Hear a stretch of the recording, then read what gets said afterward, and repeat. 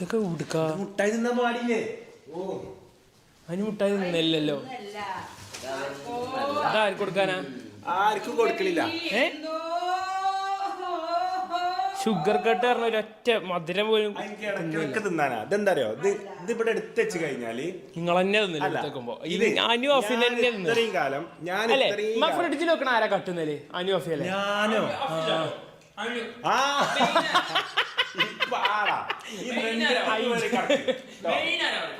Vij എനിക്കെടുത്ത cut തിന്നാനാണ് കണ്ടുള്ളൂ full.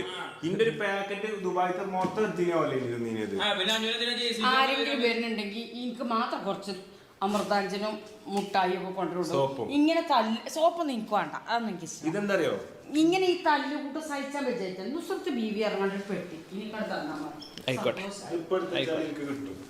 അല്ലെങ്കിൽ ഇതൊന്നും ഉണ്ടാവില്ല. അതെ,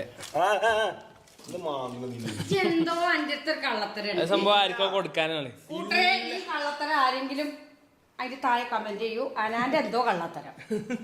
പൊന്നാര മക്കളെ